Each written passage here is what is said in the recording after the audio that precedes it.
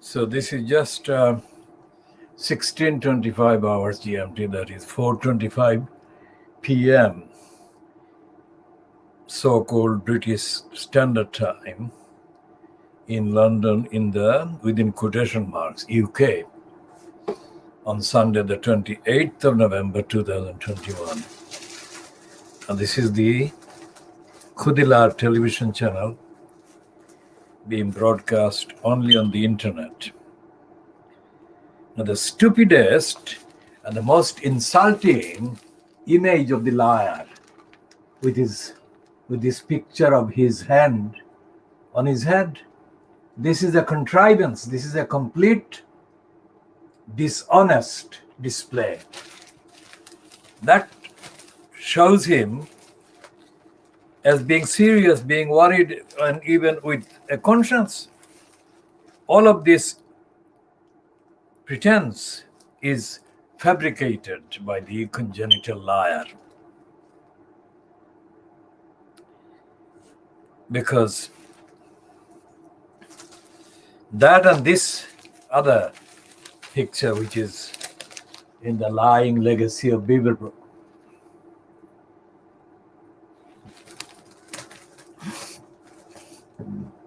doesn't go with the evidence of the liars. Look at the various angles. The liars in Fleet Street are complying with presenting this liar with this kind of picture. Where is this? Is the one. This is completely false. Putting his hand on his head in that way. And this is the daily scar on Sunday. I mean, these are platforms of stupidity, dishonesty, fabrication, falsehood, and lying, immorality, cruelty. On page 2 of this scar on Sunday, they're continuing the pretense, and it is so sick.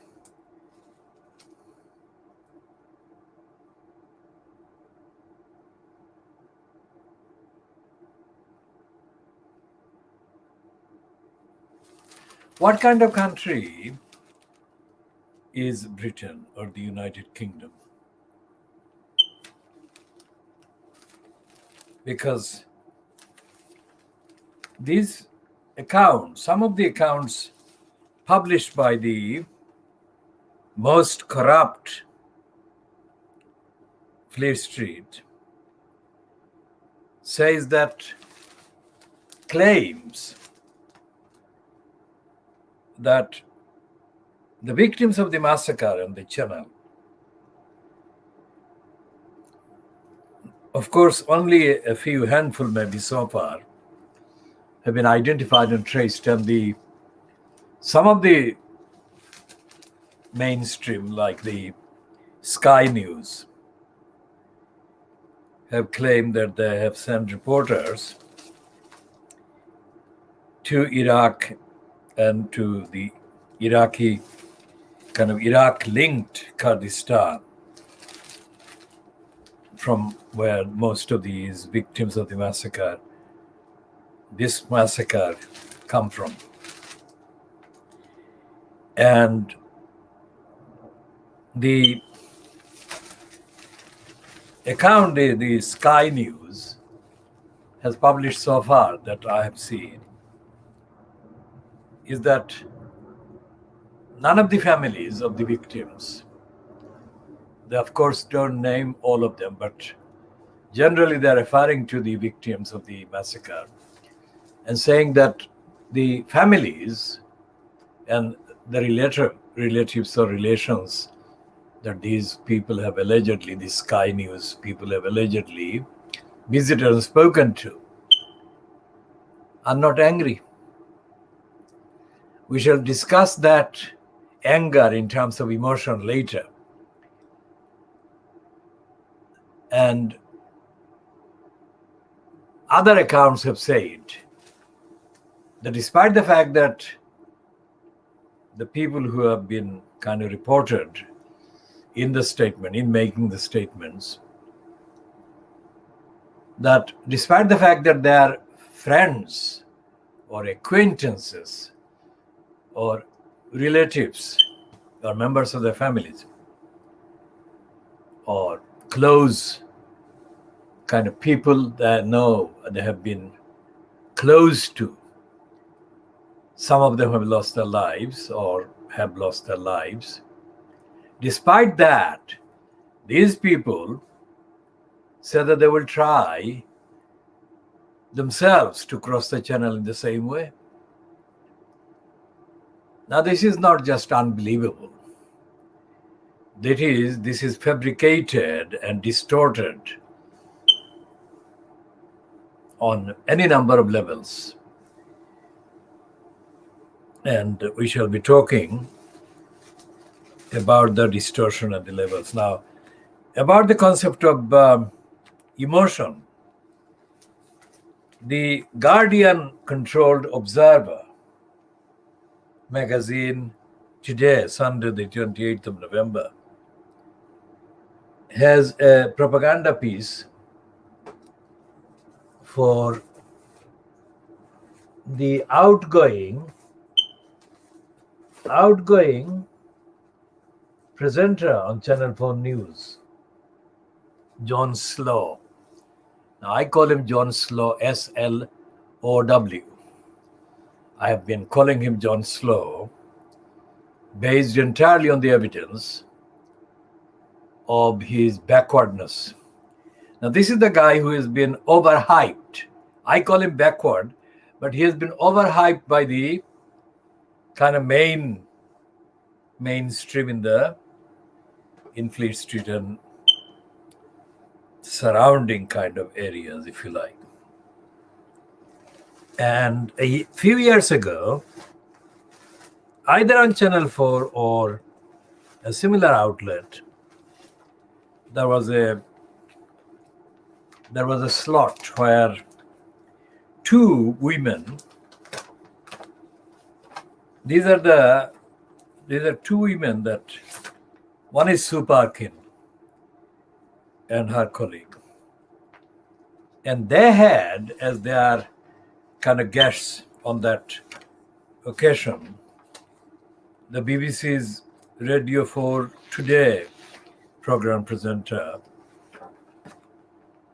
John Humphreys, the racist from Wales, and John Snow, that is John Slow. And one of them, either Sue Parkin or Sue Parkins, her name I have to check the spelling of, called these two, John Slow and John Humphreys, gods in the media. Now that was, and it is now even worse, but it was at least 10 years ago, if not longer. And there was absolutely no evidence. There was absolutely no evidence in which to elevate, even rhetorically, the status of these two absolutely unfit for purpose individuals, and to refer to them as gods. Now that is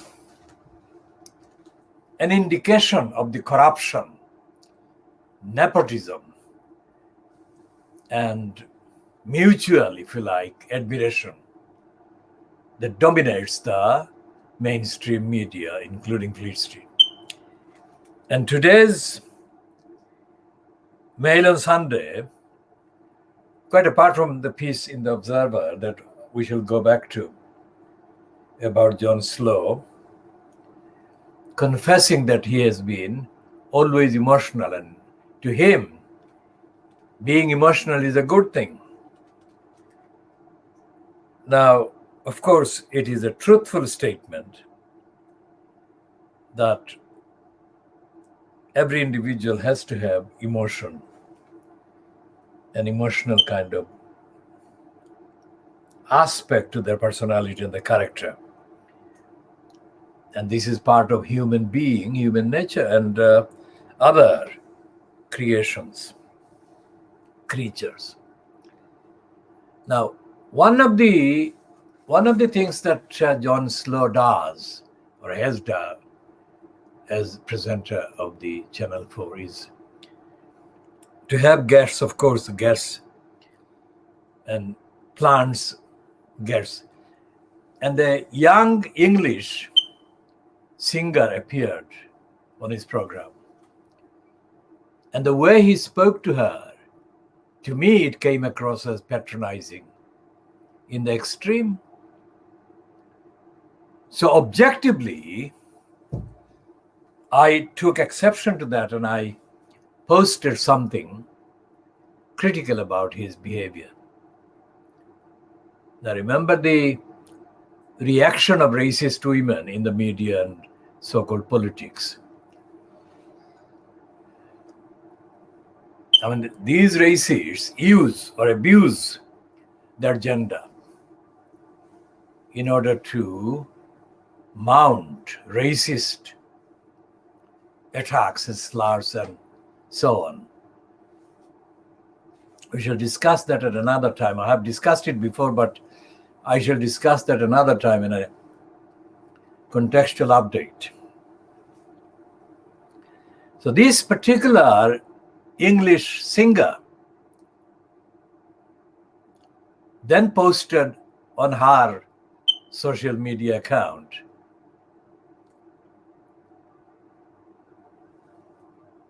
an over-the-top praise and admiration of John Slow. Instead of being grateful that he had actually patronized her and I had posted something objectively in solidarity. I don't know this person, but the interview or the interaction came across as John Slow doing what he does. So the fact that she actually reacted by publicly praising him instead of noting my statement in solidarity with her is the kind of racism that goes on every single day. Because she was racistly making the point of opposing what I had said, even though what I had said was to stand up for her as a person, as a, quote, artist. And this is not just Azim Rafiq coming across as a one-off kind of target of racism and racist denial. This is what happened in the new SS, when the new SS had a period in the early 1990s, edited by one of the racists. Of course, all the editors of the New Statesman have been racists. But this particular one published a thing about an aspect of society and an aspect of political situation. And it had been either bylined to Mark Tully or had referred to Mark Tully, and the Australian racist criminal or Australian-born racist criminal.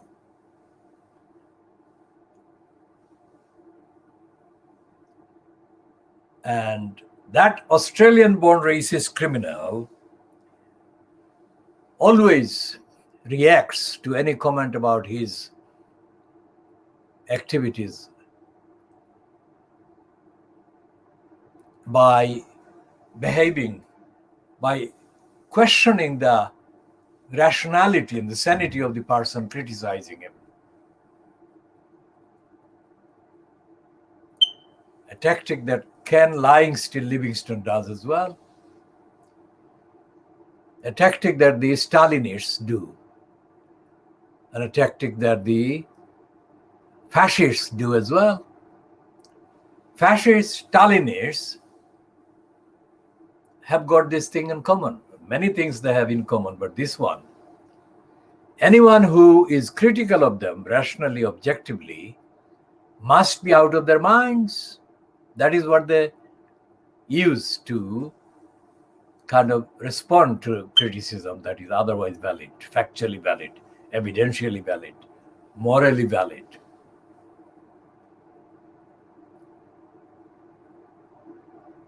I mean, John Humphreys and John Slow were called by Sue Perkins or her colleague, partner in business for quite a while, gods.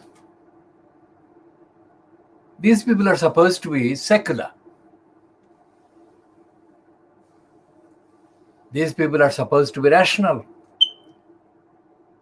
And yet there were the two women supposed to be feminists as well. Most brazenly and shamelessly and without any dignity whatsoever, worshipping these two men who are far from gods, deities. Now, looking back at John Slow over the years that he has been fronting Channel 4 News, it's absolutely clear that John Slow only kept his post or position at Channel 4 News by parading himself as an almost kind of intelligent and moral kind of presenter. I mean, John Slow has been in the USA doing the presidential so-called elections. Nothing he said, nothing, absolutely nothing he said made any moral stand, moral explanation against racism and against corruption of the American presidential election and the entailed baggage. And the same applies to John Slow's coverage of the Brexit, run up to the Brexit.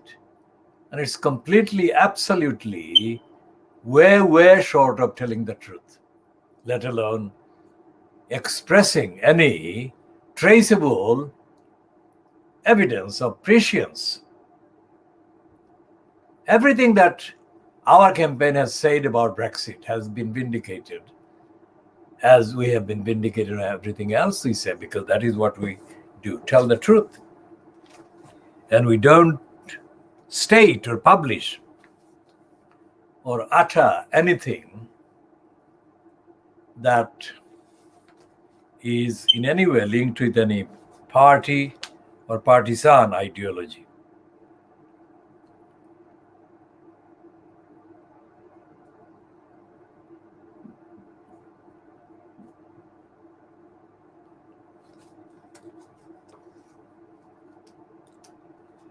And this piece by The Observer about John Slow is coinciding with the Sunday Times culture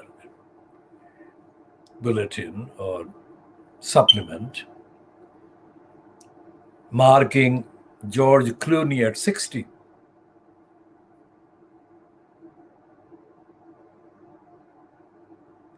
Turning 60 is a bummer, but it's that or death.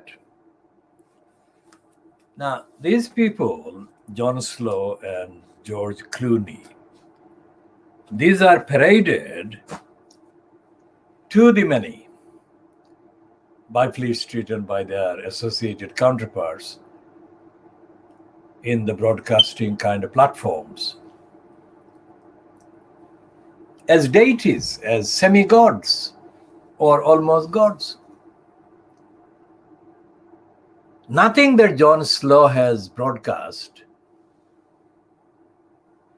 nothing that John Slow has broadcast in his entire time as fronter of Channel 4 News has actually constituted evidence of what can be called breaking story or breaking investigation at all.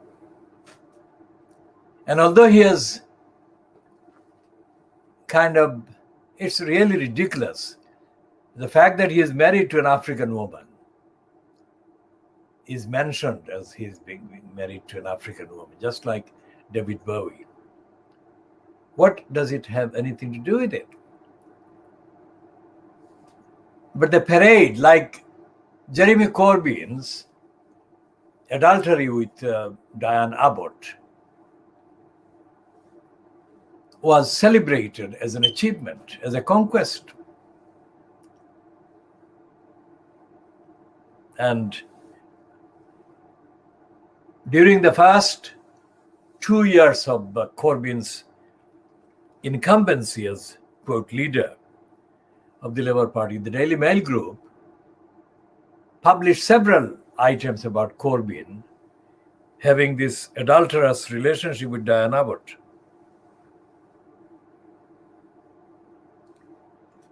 Why do they do that? Diane Abbott is a physically black woman, but all her, quotes, promoters or admirers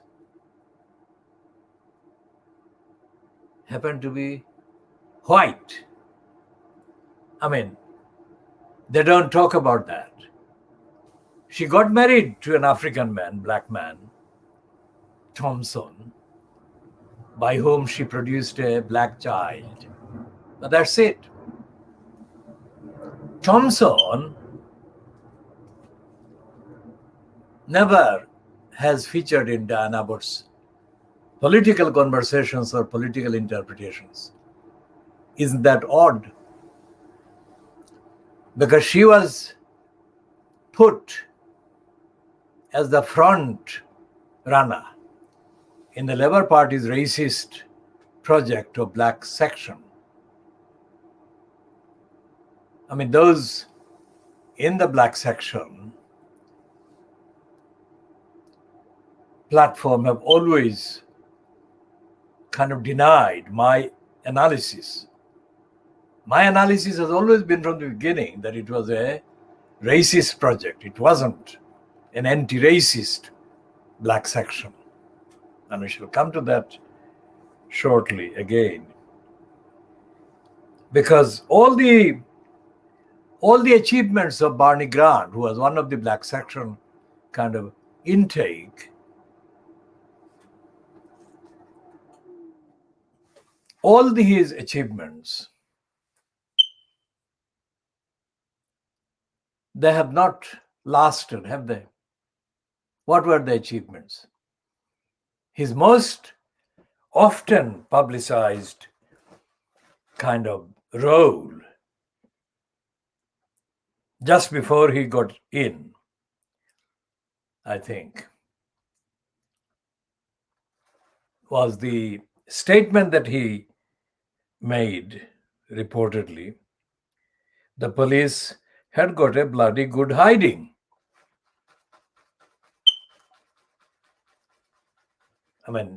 Saying that means nothing. Absolutely nothing. If such a statement is not followed by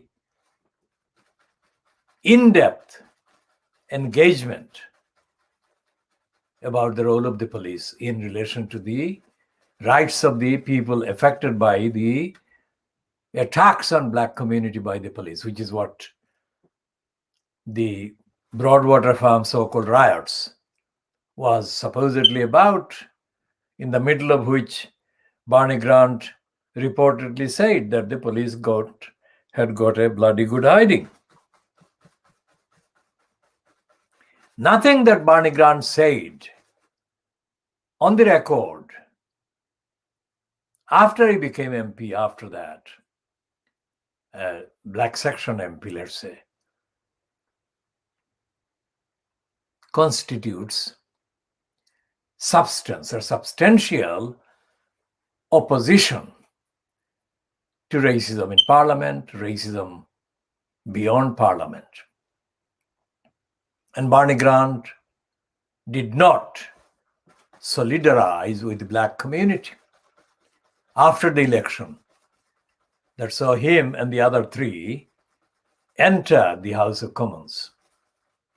And this applies to all the black linked careers.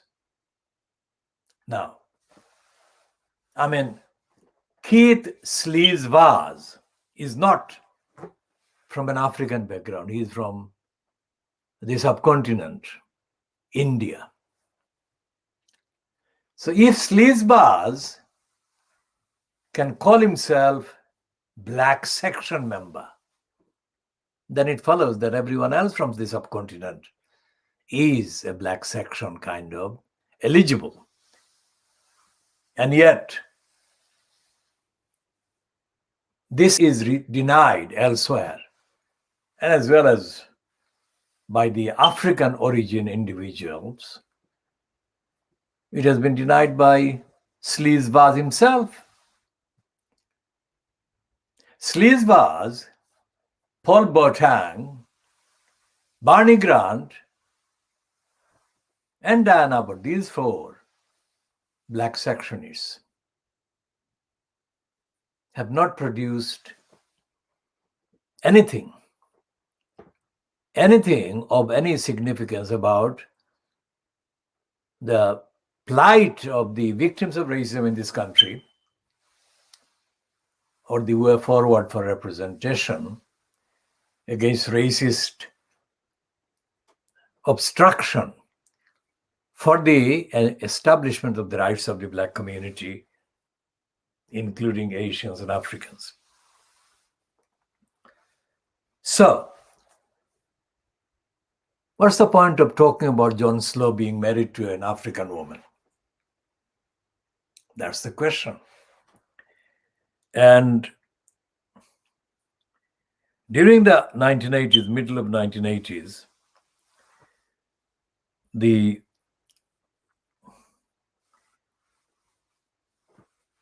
was a magazine called She that revealed that Diane Abbott had told it that her best half hour was spent in a place in the Cotswolds in England where she had wild sex with a man. She didn't name him at the time, and it's still not clear whether it was Corbyn or somebody else, but it was a white man. That is, and everything that John MacDonald has said in the piece that has been published in the last few days about Diane Abbott, praising Diane Abbott, everything that piece says about Diane Abbott is contrived.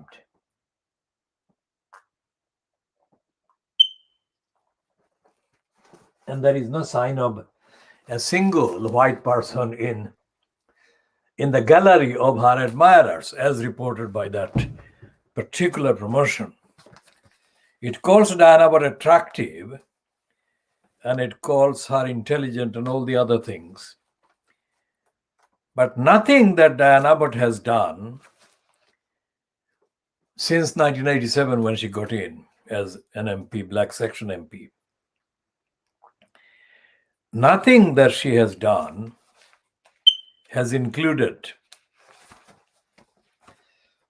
well, it has not included any direct reference to the struggle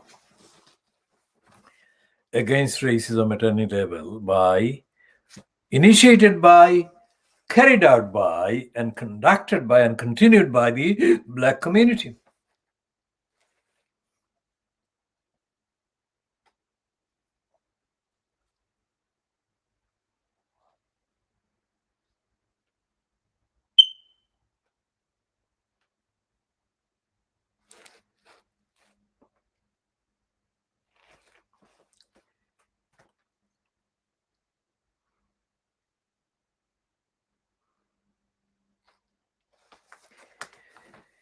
And this is the piece I'm holding in the Sunday Times Culture magazine of November 28th, that is today, 2021. And this piece is bylined by Waldemar Januszczak. Now, Waldemar Januszczak is of Polish origin, and Januszczak is spelled J, not A. So Januszczak.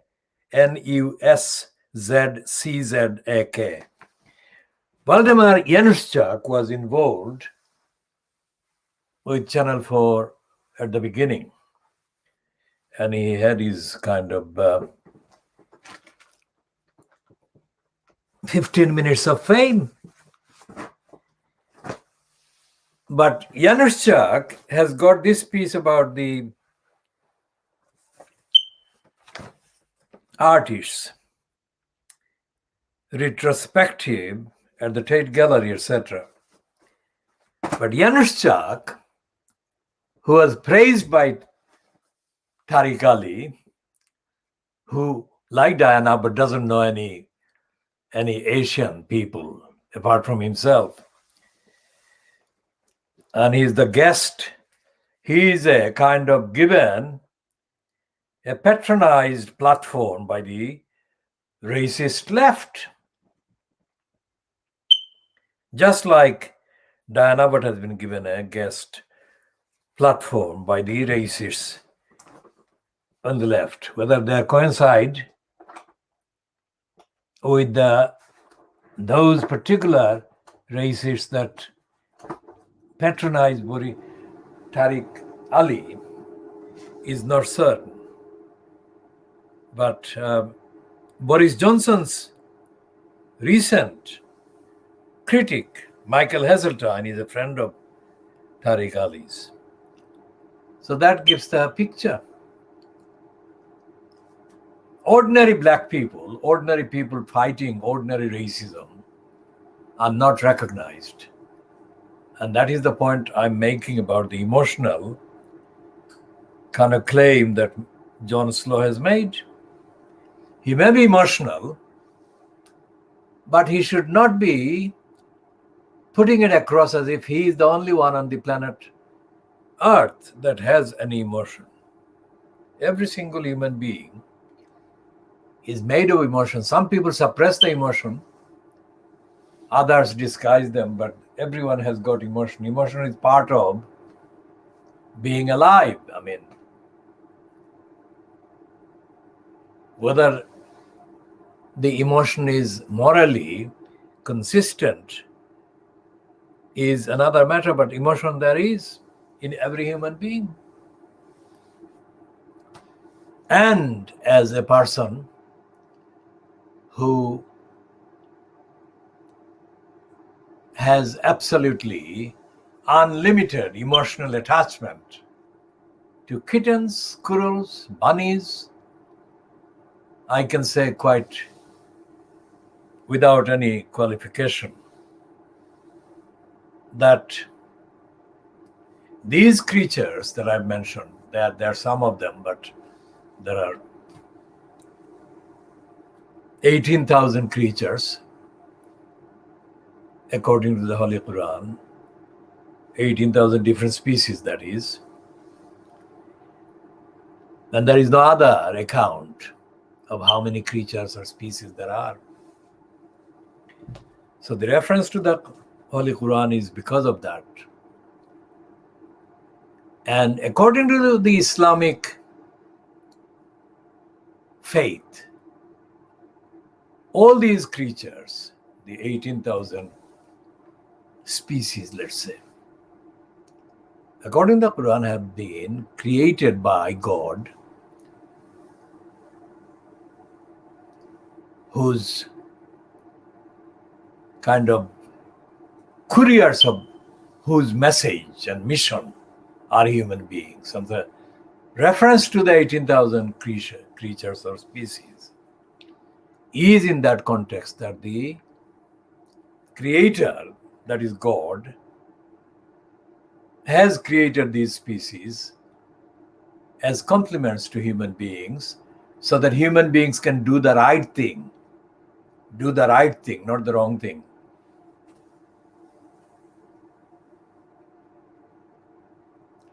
And there is nothing, there is no record of John Slow or John Humphreys or the hundreds of their likes, if you like, or their kind of hundreds of their ilk, let's say. Likes can be a misleading word because of the social media. Think or like something. There is nothing that either Humphreys or Slow has done to recognize compassion independently, consistently, universally. Recognize compassion and the central position of compassion in society in the long careers that both of them had. For example, there is nothing in the records of Humphreys or John Slow that has challenged the lack of compassion, which is cruelty, evil, and depravity, as practiced and peddled and spewed and engaged in by the likes of Boris Johnson. When he was challenged to reflect on his racist incitement and hatred against Muslim women wearing burqas resembling bank robbers or looking like bank robbers, Johnson spewed his status that is actually nothing to do with the billions of people on the planet Earth. Everyone who is involved in public activities and public life or is in a public position, if they are asked about a comment they have made about other people's status, of other people's denying other people's humanity and their liberty, the first thing they should do is to acknowledge that this has upset people and this has been wrong and so on. And they should withdraw that and apologize to the other person. But Johnson didn't apologize. So when we call these people's murder, the massacre in the channel, we did that on the evidence. And the evidence warrants restating, which is that for the last 2 years or so, the UK's Interior Ministry, that is which is called Home Office. The Interior Ministry has been engaged in pressurizing the media, pressurizing the local council, the county councils in Kent and Surrey. Both of these are the two biggest county councils in England that are nearest to the other side of the Channel, which is France. And these two councils, county councils, have been complicit with the agenda.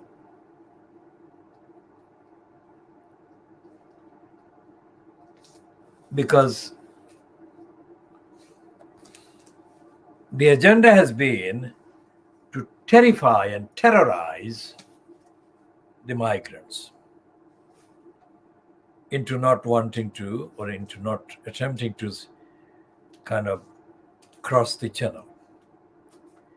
Now, this program is called world exclusive diagnosis of Fleet Street. That's what I'm doing.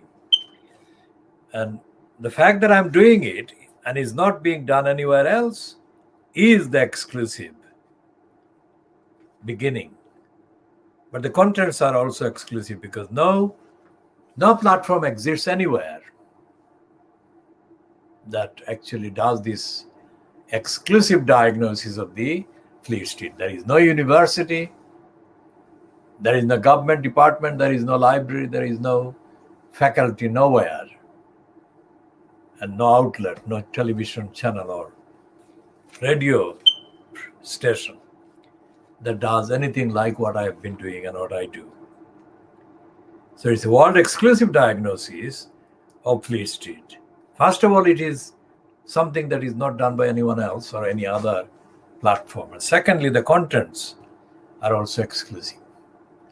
One reason why the contents are exclusive is because there is no party, political or ideological so-called connection with the contents, the output that you are watching.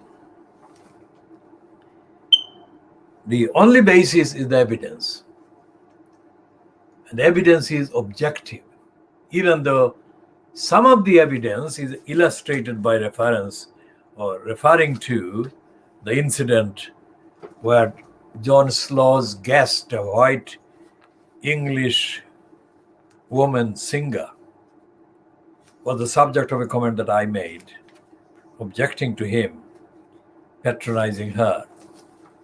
But then she reacted typically racistly and typically stupidly and ignorantly by publishing, not long after my kind of condemnation of him, publishing a long dedication to him, almost like repeating Sue Perkins, who called him, and John Slow and John Humphreys. Both of them were called gods by the two women, Sue Perkins and the other one's name I currently am not able to recall, but I shall check that one. So this is Sue Perkins' kind of thing that I'm going to look for. Comment that John Slow and John Humphreys were gods. Sue Perkins and her colleague or partner at the time are among the most high-profile women in the media. Remember the point about feminism. The feminists claim that they are liberating Muslim women from imprisoned lives. This week, Malala Yousafzai has been marking her graduation from the, quote, University of Oxford, 9 years after she was nearly murdered. Now, she has been used as a symbol of the type that no Muslim woman has been given the kind of similar treatment or comparable treatment ever by the Western feminists. And our concept and contextual response to their treatment of Malala Yousafzai has been and is and will continue to be that these feminists are engaged in a crusade against Muslims. Why? Because these feminists are not bothered about the plight of millions of Muslim women in Muslim countries. Poverty, exploitation, violence, and all the rest of it. And what happened to Malala Yousafzai was not a unique incident when she was attacked. Similar attacks are taking place, and many Muslim women have died in Muslim countries in the last 9 years since Malala Yousafzai was rescued by the West and given rehabilitation and a fast track through everything, including getting her a Nobel Prize at such an early age. There is no justice for victims of rape, mass gang rapes, and other violence in Muslim countries. And these very people who are sponsors of Malala Yousafzai are not only silent, but they are adamantly silent about the mass rapes of Muslim women in Muslim countries. Think about that.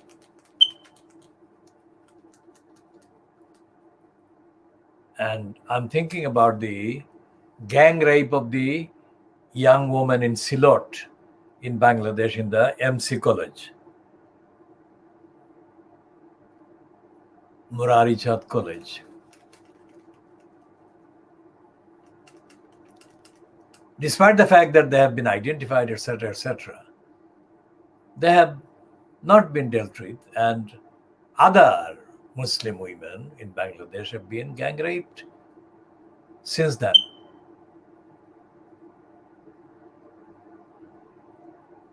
So there is nothing in the Western media, nothing in Fleet Street is kind of given any space to these thousands and thousands and thousands of victims of rape in Muslim countries like Bangladesh, including Pakistan. And of course, in terms of size and demography, the number of Muslim young girls being violated, murdered, gang raped in India as part of the faith of the fascistic culture that Modi fronts. Indescribable. And these feminists are not talking about that. John Slow is not talking about that. Sue Perkins is not talking about that. So this particular search is being impeded by a technical hitch that is blocking the access to the search site on this device. So we shall update that issue or update on that issue later in due course when we get the access. I don't know why it is not working, but this is what is happening. There is no access to that particular site on this one. The Google is the one that I'm trying to access but cannot access.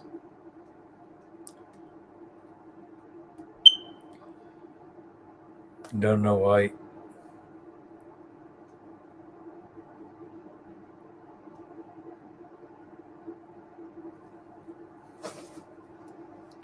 So we shall check again and see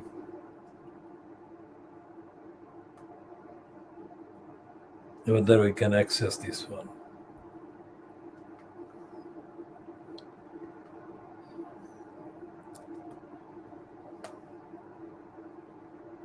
Okay, so Sue Perkins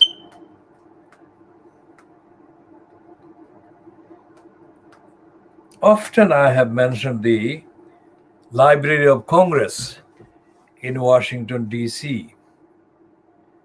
The Library of Congress is one of the Suzanne Elizabeth Perkins, born on 22nd of September 1969.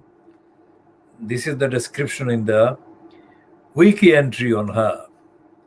Is an English actress, broadcaster, comedian, presenter, and writer. Originally coming to prominence through her comedy partnership with Mel Gidroes in Mel and Sue. This is the other person's name. melon soup.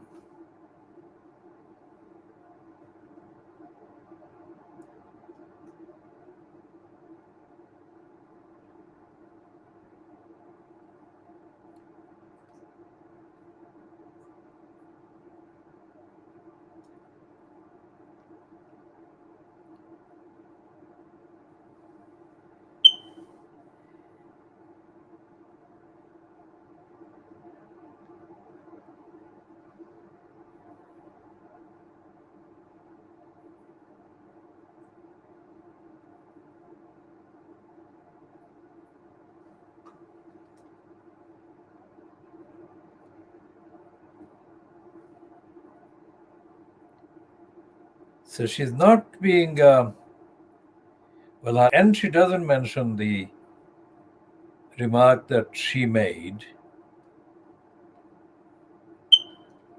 about John Slow. But there is nothing, regardless of whether there is an entry about John Slow or not. She said she's there, quoted, as saying that being a lesbian is about the 47th most interesting thing about her. But there is nothing in her career that can be accessed that is opposing exploitation and violence against women in Muslim countries, Muslim societies, Muslim communities. Well, I have said often that the majority of the Muslim leaders or leadership, including the cabals that control absolutely all the mosques that I know of, are behaving contrary to the actual ethics and injunctions and the purpose of Islam. And there is no mention in Fleet Street about that. Think about that. Because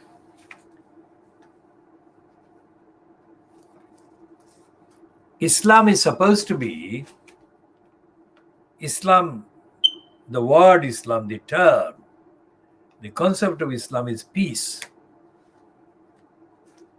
And yet, today, 28th of November 2021, the majority of Muslim populations, either in Muslim majority countries or in countries such as the UK or North America or in Canada or other countries, in India there are hundreds of millions of Muslims.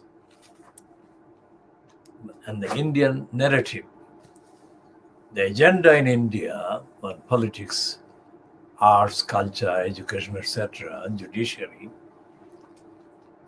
is absent when it comes to Muslims' roles, lives, needs. And of course, Kashmir, which is an absolutely Muslim majority country, is occupied by three countries. One is India, the other is Pakistan, and the smallest part is China. But the Kashmiri people are Muslims. And Kashmir, environmentally, naturally, is one of the most beautiful locations on the planet Earth.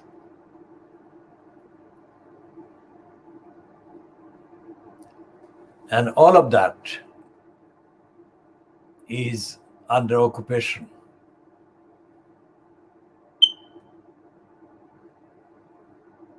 And so much about Kashmir is universal, universally, objectively beautiful. And yet, that is not recognized, nor are the peoples of Kashmir recognized, because increasingly every day their objective universal human rights are being taken away from them. That has been the case for 70 plus years, since August 1947.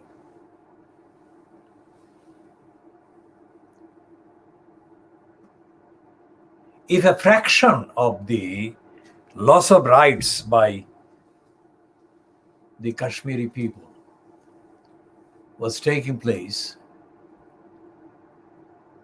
in any location where the deprivation or the deprived people were not Muslim but of other religions, then that would be something that would be splashed across the Fleet Street papers, etc., etc. Why am I talking about that? Because Dominic Cummings, who has kind of played a role in putting Boris Johnson in his place in the last 1 year, let's say,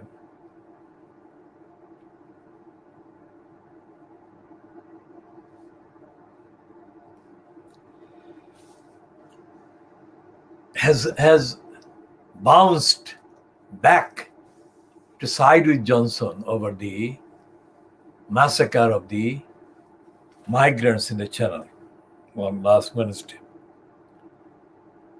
Because Cummings is saying that the problem with the migrants and the attempt by migrants to seek asylum in the UK is linked to the existence of the Human Rights Act. Now that is illogical, factually absolutely untrue, and yet that is what Cummings has said as another stunt to come across a savior of Boris Johnson. And there has been no evidence of any response to Cummings from the opposition. Now, what is the opposition? The opposition in this country is supposed to be contained in the what is called the Labour Party in the House of Commons. There is nothing. There is no sound about that from the Labour Party. Now that's not an exception. Everything about the Johnson cabal is being treated by Keir Starmer as if it doesn't need any comment or engagement from the official so-called opposition, elected opposition.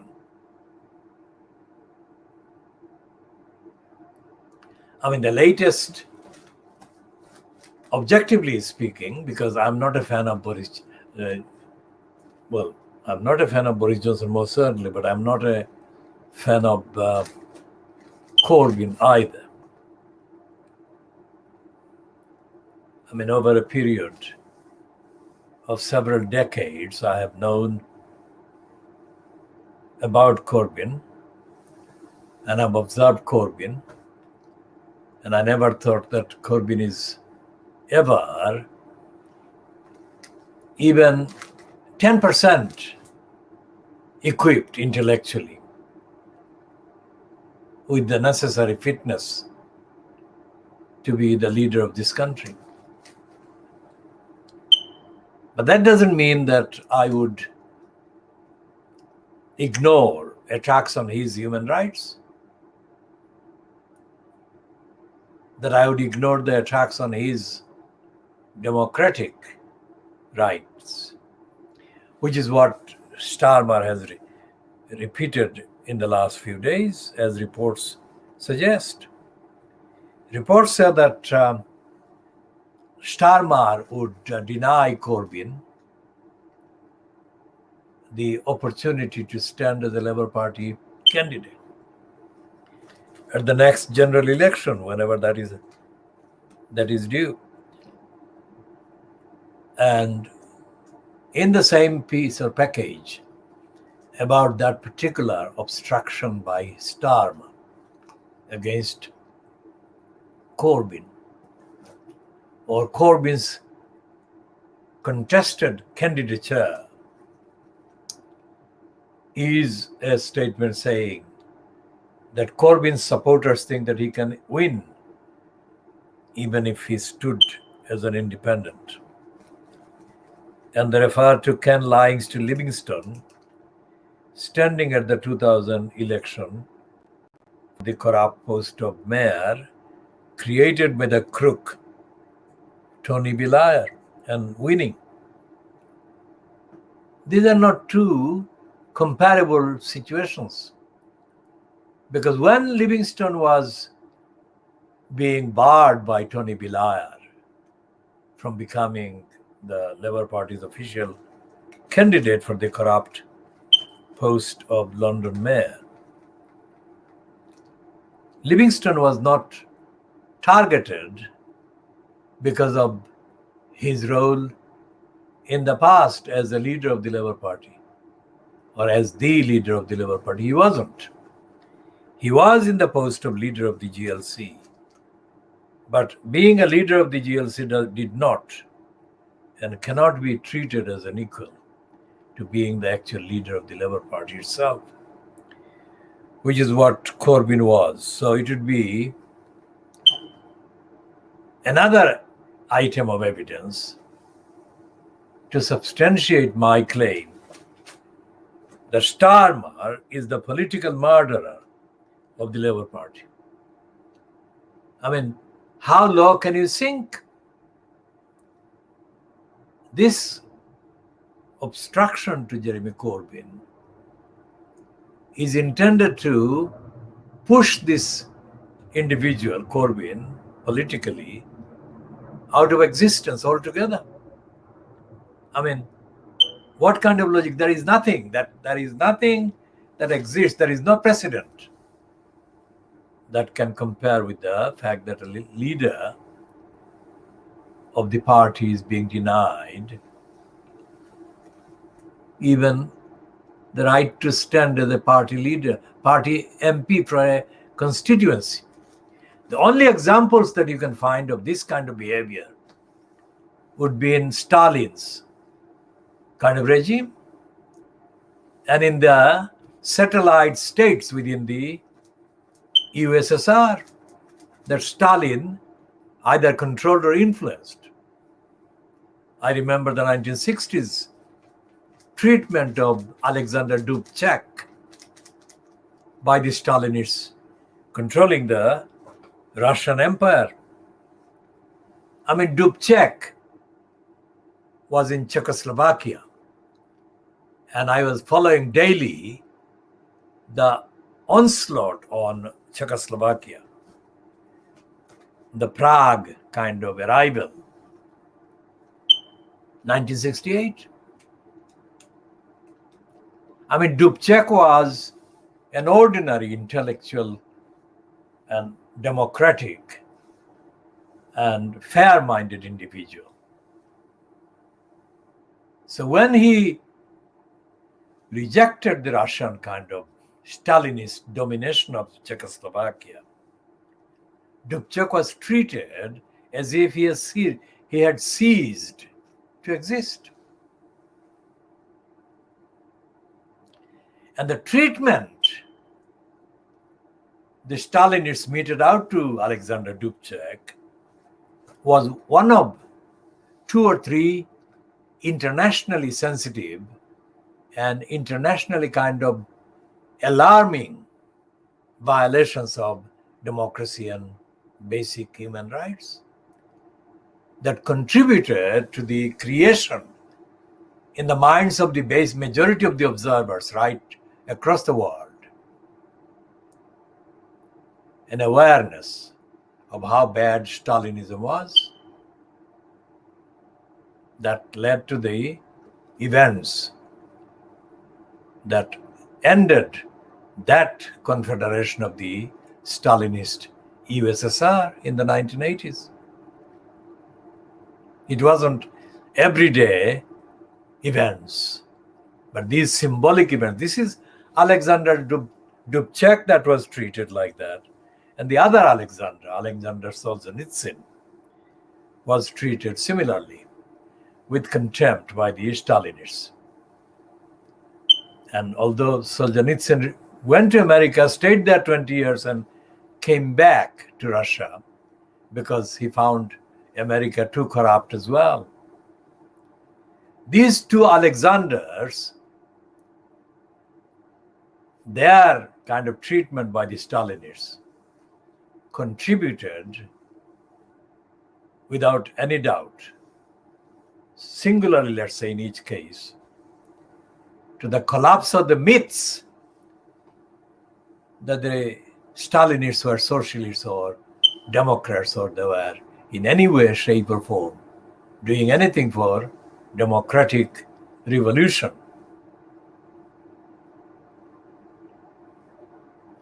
And there is nothing in the records of the 70 years from the 1980s, 1917 revolution until the fall of the Stalinist-controlled Soviet Empire. In that way, Russia is there, but Soviet Union is no longer there. That was because of the contempt shown to basic universal kind of values of democracy, not British values, not American values, universal values. Universal values in the sense of water, of the air that we breathe, the water that we drink, that kind of universality. That cannot be defined by patriotism of one kind or another. So what Starmer is doing against Corbyn, Starmer doesn't understand, because Starmer is essentially an idiot.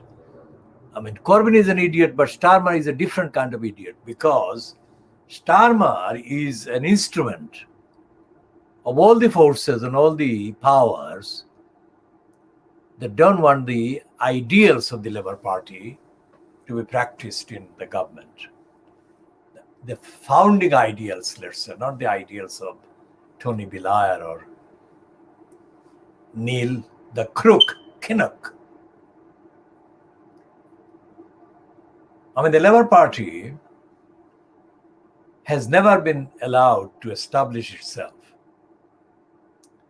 by democratic means, by democratic leadership, democratic organization, democratic mobilization, and the kind of tinkering with the process of establishing that, which has been precluded, which has been hampered and obstructed. I mean, the people like the SWP wonkers, Socialist Wonkers Party, who want pedophiles and sex with children and all the other things, and who actually allowed rapists in their ranks to get away.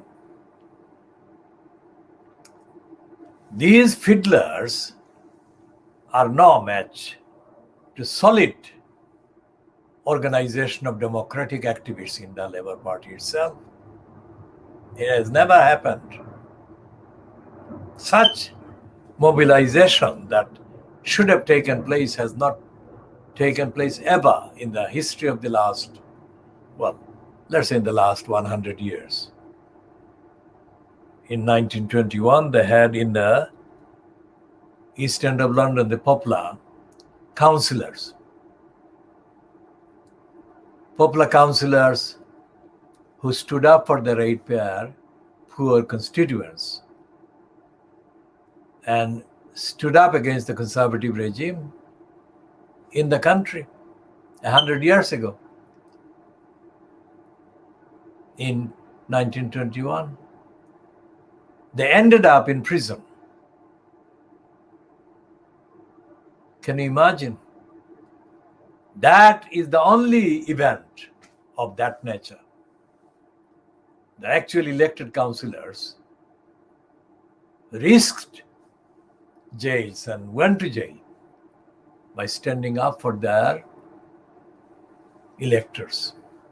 Never happened again. And this happened in Tower Hamlets, where the KHOODEELAAR campaign had to fight a 7-year battle against the council, which is situated actually in Poplar. I mean, the headquarters situated in Poplar itself, Blackwall Tunnel, East India on the Dockland Light Railway.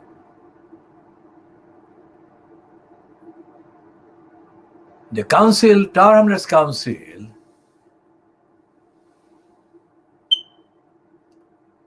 of, let's say, 2003, when the KHOODEELAAR campaign was conceived, and ever since, is beyond recognition. It's not anything like what the popular councillors in 1921 were like or were thinking of.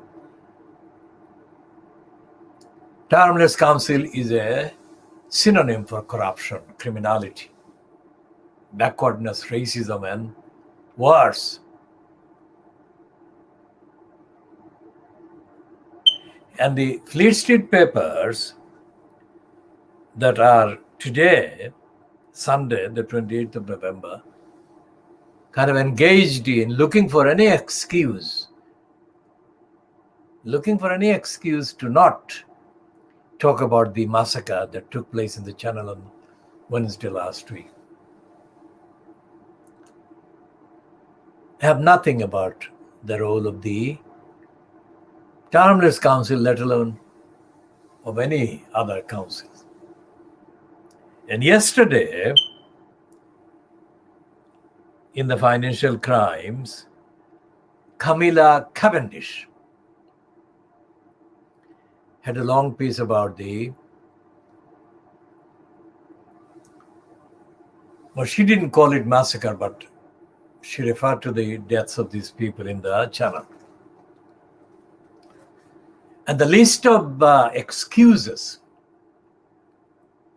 that Camilla Cavendish peddled in her ignorant piece, the list included a litany of lies collectively for local councils, which she said were overwhelmed by the demands put on their resources by asylum seekers and refugees. And Cavendish, who has got direct access to the inside of the establishment, let's say, is not somebody that would write that kind of stupid piece against the migrants if she hadn't got clearance from her political masters and operators and handlers inside the government, inside the state. So what they're saying, through the likes of Cavendish, they're also retailing through the likes of Dominic Cummings. There is a air of brazenly rejecting the obligations, international legal obligations that the UK is under to honor asylum seekers, to protect them, to safeguard them. And Starmer is silent. Think about that. If it were a football match, let's say, you could easily say that for an entire period of the last, let's say, 18 months or 2 years, Johnson has been failing and fouling up and that his goalkeeper has been completely all over the place. Despite that, Starmer has been failing to score a single goal. It's an open post, the goal post, if you like. Starmer has chosen not to score. That's what has been happening. And as we said yesterday, as I said before, that there is this 1951 Refugee Convention, which Camilla Cavendish did mention, but she didn't actually support it. Now let's put it this way. When the so-called, well, it's a European war, but let's say the general kind of description is the World War, Second World War. When it ended, and the evidence was immediately available of the nasty atrocities that the Nazis were wreaking and were engaged in causing, the instant kind of response was to set up a more rigorous international body than had been the case with the previous attempts. And the United Nations was founded. And the first declaration, the founding declaration of the United Nations, was to resolve solemnly never to let that happen again. And it was a good thing, it was universally kind of accepted, that determined pledge. But the resolution of the United Nations, founding resolutions of the United Nations, have not been carried out. I mean, if you look at the behavior of the current incumbent in the post of Secretary General, whom I have called António Guterres, is a Portuguese former Prime Minister. António Guterres. He's a racist, he's deeply careerist and corrupt. Same things I had said about the Egyptian Boutros Ghali, and I said about the Ghanaian Kofi Annan, and I could say about the Burmese one, U Thant, who was in post before them. What has happened with the exception of Dag Hammarskjöld, the Swedish one that was massacred in Africa? All the incumbents in the post of the United Nations have behaved as bureaucrats rather than as the supporters in action of the aims of the United Nations. There is a very big difference. And all the world's crises today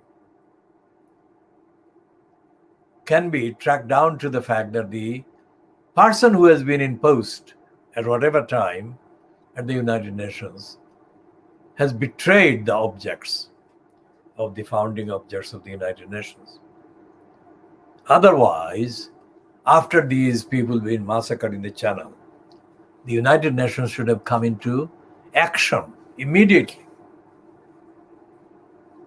And the action should have included the United Nations pointing out how many of the treaty obligations that the UK and France have been under have been broken by UK and France in the last 2 years.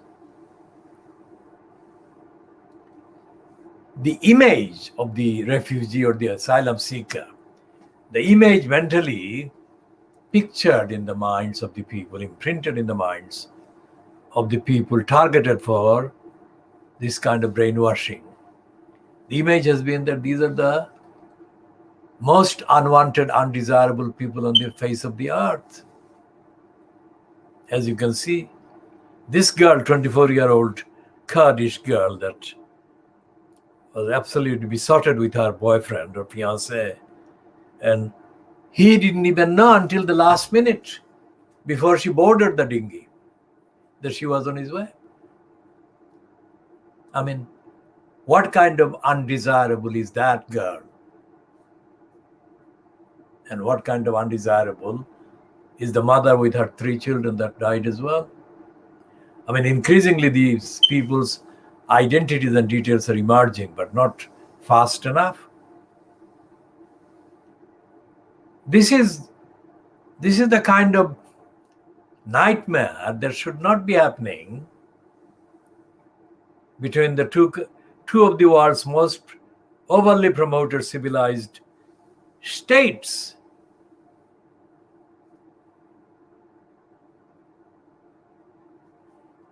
No mention of any of these aspects that I'm describing and outlining from Keir Starmer. For those who are new to this, or those who are watching this edition for the first time, I had dealings with Starmer when he was Director of Public Prosecutions. I mean, in 2011, I sent him communications detailing the various criminal activities happening in East London. And the reason I sent him those communications was to prevent the criminality damaging the rights and the prospects of the community in East London, as well as in the rest of the country.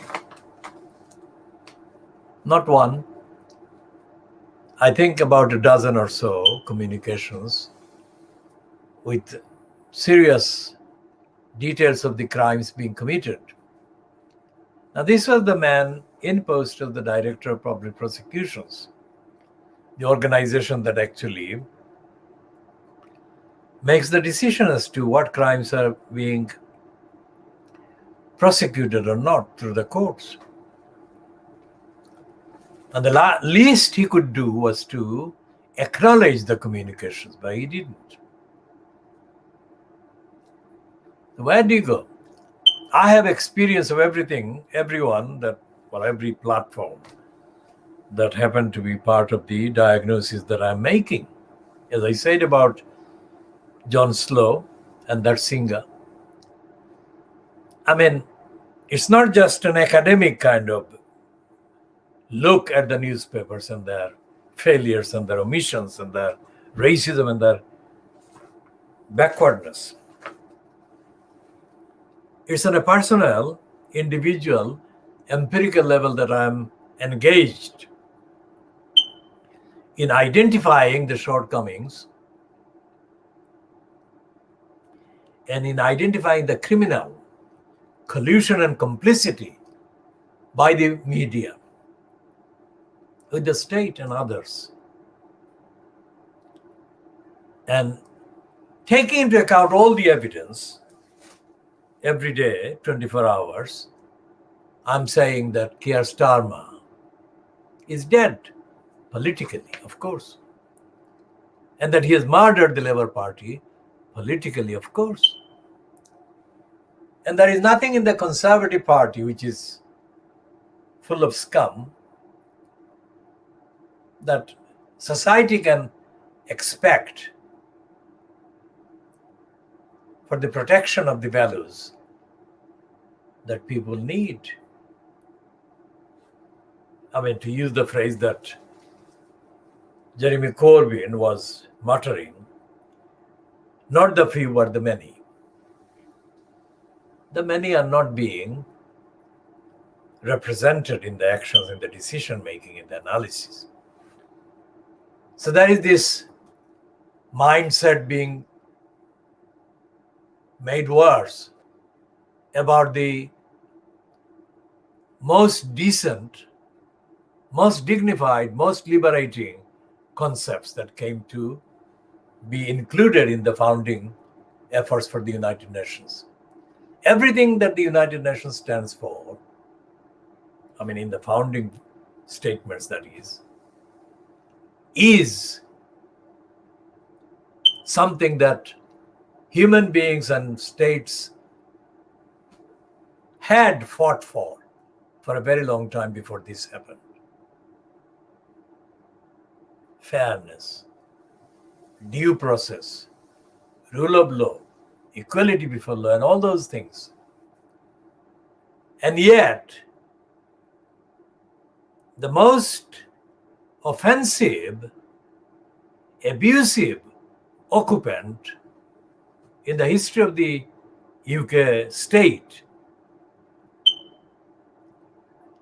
as the advisor to the government, advisor to the Prime Minister, Dominic Cummings, is now back on the platform demanding the scrapping of the Human Rights Act, which is not even the full, it's only a part of the United Nations inspired, United Nations based aims for the states. The European Convention for the Protection of Human Rights, etc., are not even fully there. There is this legal kind of excuse, what is called derogation, to refuse to implement some provisions is called derogation. And even the derogation excuses don't apply, because the main excuses, the main reason, the main, quote, legal excuses for derogation, or for asserting derogation, or for citing derogation, concerns the possible threat to national security. If there is a national security that may be hampered by the implementation of a certain article, then that possibility can be cited as the reason for not implementing that article. That is called derogation. But when it comes to saving innocent people's lives, how can that be a reason to say that scrap the Human Rights Act? How can that be? That is as brazen and as stupid and as illogical and as dishonest as that. And yet, Starmer is silent. Now, Starmer carries with him the license. He's a licensed law trader, quote, barrister, which assumes that he knows the law, or he knows his law. He's not saying anything.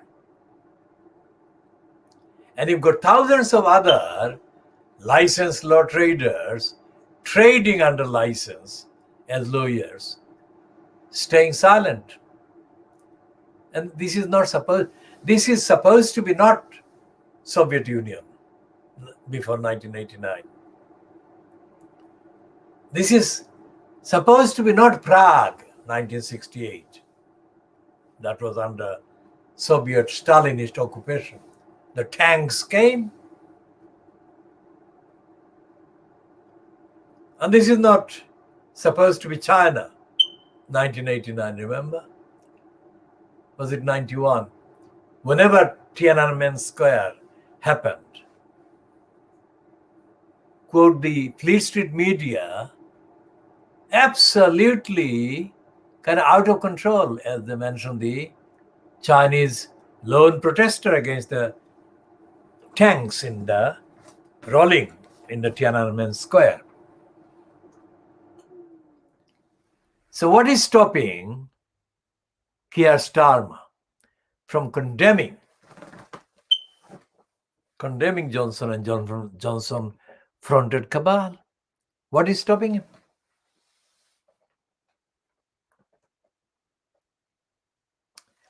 So let's recap. In the Fleet Street Papers today, Sunday, there is nothing that I have said should happen. There is no condemnation of Johnson, no condemnation of Starmer. There is no condemnation of the fact that both UK and the the France are in open, brazen, kind of unconcealed denial of their obligations as states to safeguard refugees and asylum seekers. And as I said in January 1992, in my broadcast on the slot that followed the Channel 4 News slot, news as the slot, that was the slot called slot. I said that the impact on the population of the Western countries of any large scale arrival of refugees or people seeking refuges would be very difficult to contain and deal with. And the best way and the only way to contain and deal with that would be for the Western countries to help secure stability, democracy, and civil liberties in the countries from where these people were forced to seek refuges in the West. 29 years ago, I said that, and I have been periodically referring to this and updating on my prediction. The United Nations has known about this because this has been on the broadcast, mainstream television news broadcast that I presented. I wrote and presented this. So why has the United Nations not been saying it themselves? I mean, when the environmental catastrophe hit the southern coastal areas of Bangladesh on the 30th of April, 1991, I organized an event, just a symbolic event. It wasn't, of course, comprehensive because I shall come to the other factors in a minute. I organized an event, a kind of gathering at what was then the Whitechapel Art Gallery. It has changed now. It was bad enough then, the art gallery itself, the bureaucratic control of the Whitechapel Art Gallery, Whitechapel in East London, Tower Hamlets. It has become even worse. It was bad enough then, but it is worse now. But one of the things that I had hoped that would create would be awareness. Awareness of the environmental kind of impact that countries like Bangladesh would be faced with. That was 1991, remember? 30 years ago.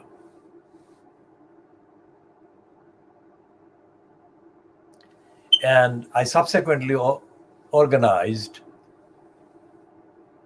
within a few days of the cyclone that had hit Bangladesh on the 30th of April 1991, I had organized a project called BD 2001. That was 10 years before the calendar 2001. And from the platform that I created called BD 2001, I conducted communications with the United Nations, both their disaster-related operations in Switzerland, in Geneva. And I also contacted the various embassies, diplomatic missions, situated in the USA and other countries on behalf of the state of Bangladesh. And I set out various investigative queries, and I published or posted to them the way, a blueprint as to how future water-related disasters hitting Bangladesh, the impact of that could be reduced significantly, etc., etc. And I set out the things that happened later, but it was my original idea to create very lightweight vessels to rescue people ahead of any impending cyclone or similar. So what I did was many times in excess of what the United Nations official bureaucracies were doing at all. So if they spent billions of pounds worldwide since that happened in the last 30 years, the benefit of what my suggestion, my prescription, let's say, were higher than anything that the United Nations bureaucracy created for the people of Bangladesh and for people of other countries that have been in connection with the implementation of the program. So it was my ideas. So why am I referring to that? First of all, it is a fact. And secondly, the various bureaucrats that were in posts in the United Nations in Geneva and the various diplomatic couriers in the name of Bangladesh that were situated in Washington, in London, in other countries, they were not responding to the dynamics that I created with BD 2001. And they were not acknowledging in any way that can be mentioned the very original and very real program that I set out. So when this COP26 in Glasgow disappeared without any real kind of agreement on protecting the planet, and the protection actually affects the future of Bangladesh itself because of the location. Bangladesh is particularly vulnerable to sinking, and it is sinking. The reason is that the United Nations, remember what I started this part or segment with, the United Nations is a dead bureaucracy. The United Nations is not run by people who are intellectually alive, let alone environmentally alive.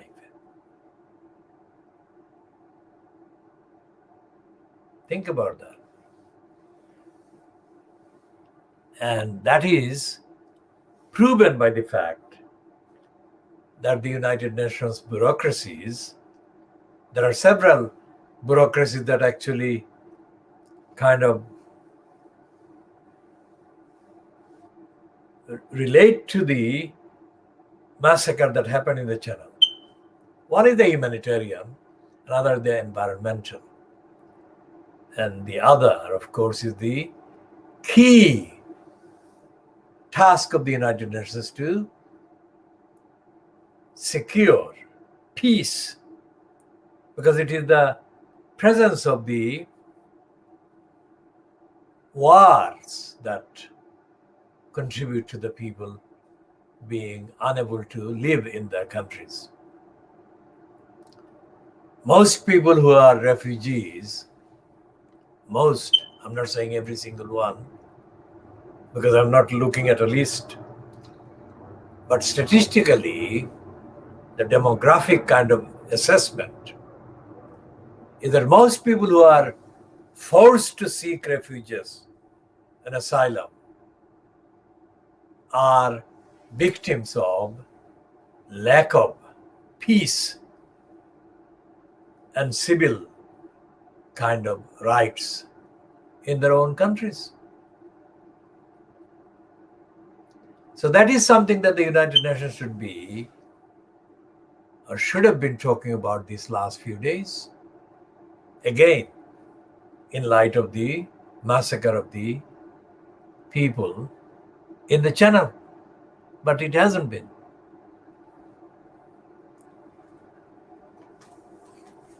Now, this picture of this liar, congenital liar, I mean, only of course after he's out of number 10 Downing Street, because that will happen, but will the details of every single appearance by this liar will emerge. But we can't kind of wait for those details to emerge to know that he is unfit for purpose.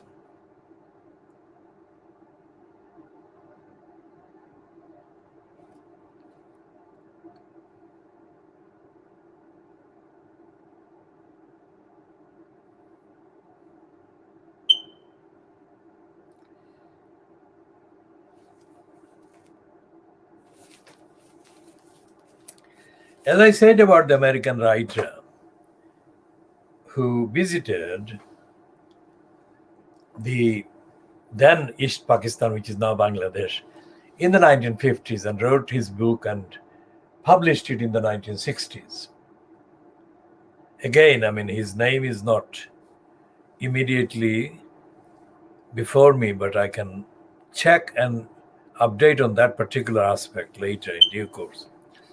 But the point of referring to that particular writer, whether I can name him or not at the time, is that one aspect of his book, as a let's say as an observer, as a correspondent, as a journalist, as a universally definable journalist, let's say, that dealt with the fact that every single official that he kind of consulted or visited or examined or watched, every person who was making a decision, to him came across as a liar or as unfit for purpose. And he said that that is the overwhelming evidence of the behavior that I witnessed. And yet, these people are liars and deniers and dishonest and other things, he said, and not fit for purpose. And yet the fact that the country was running, whatever the level of efficiency, the fact that the country was running, despite the fact that so many people in positions of decision making were liars and unfit for purpose and dishonest, must be because there is a God. I mean, he didn't say that he believed in God. What he said was that visiting Pakistan at the time in the 1950s, he found that most of the Pakistanis in positions were liars and dishonest people and unfit for purpose. So he said that despite all of that, the country seems to be working. And that must be because there is a God who is running the country. Not in the pious, religious sense, but he said that there was an influence, overwhelming influence, that is running the country.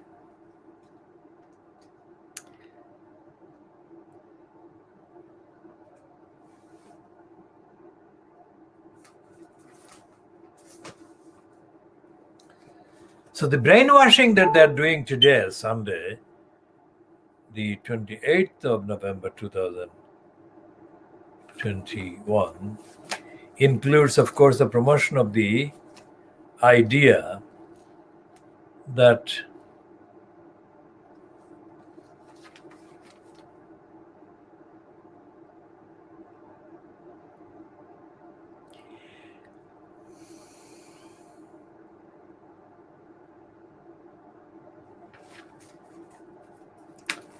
somebody like George Clooney being 60 matters.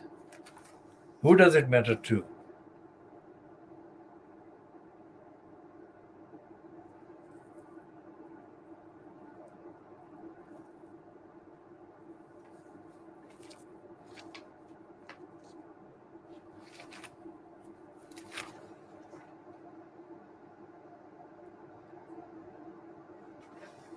So the headline is, it's an interview, byline to somebody called Jonathan Dean interview. And the main splash heading to this piece is, I was on the ground thinking it's the last minute of my life. After surviving a horrific motorbike crash, turning 60 and spending lockdown with his children, George Clooney faced up to his own mortality. In a revealing interview, he talks fame, failure, and his future.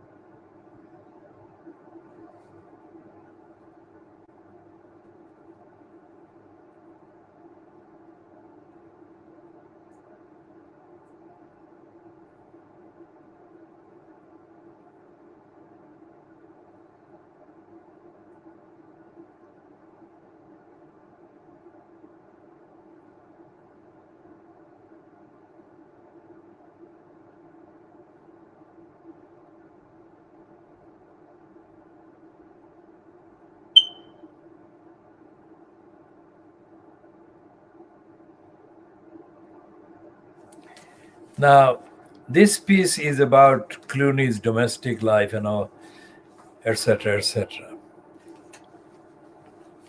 But there is an obscenity about putting him there.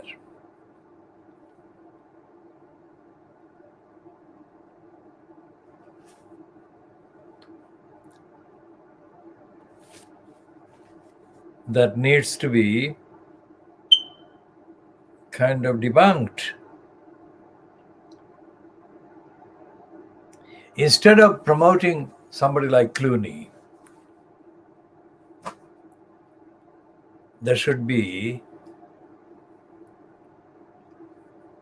recording the lives of people who are not famous and who are not rich and who are not married to Amal Alamuddin, the woman who was listed as the sexiest barrister by a couple of American entrepreneurs who actually did the job of being pimps. Because Amal Alamuddin only met Clooney after that exhibition, that she was the sexiest barrister going. Clooney must have targeted her after that. And the promotion of Clooney is always made by mentioning his wife, as I said, who is rated as the sexiest kind of barrister, female, etc., etc. But there is nothing in the publicity about her anywhere, not just this piece, but anywhere else, there is nothing that shows that she has fought a single case on behalf of people who can't afford the fees of the licensed law trader, let alone that she has actually successfully challenged the corruption that dominates the English judiciary, which is what the identity of the English judiciary is.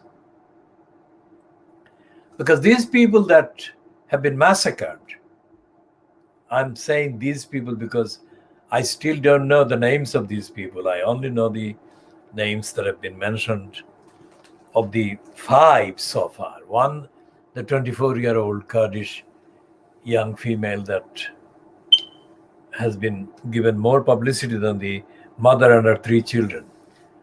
But most of the victims of the massacre have not been named or photographed in the media or anywhere. So these victims of the massacre, let's say, in the channel,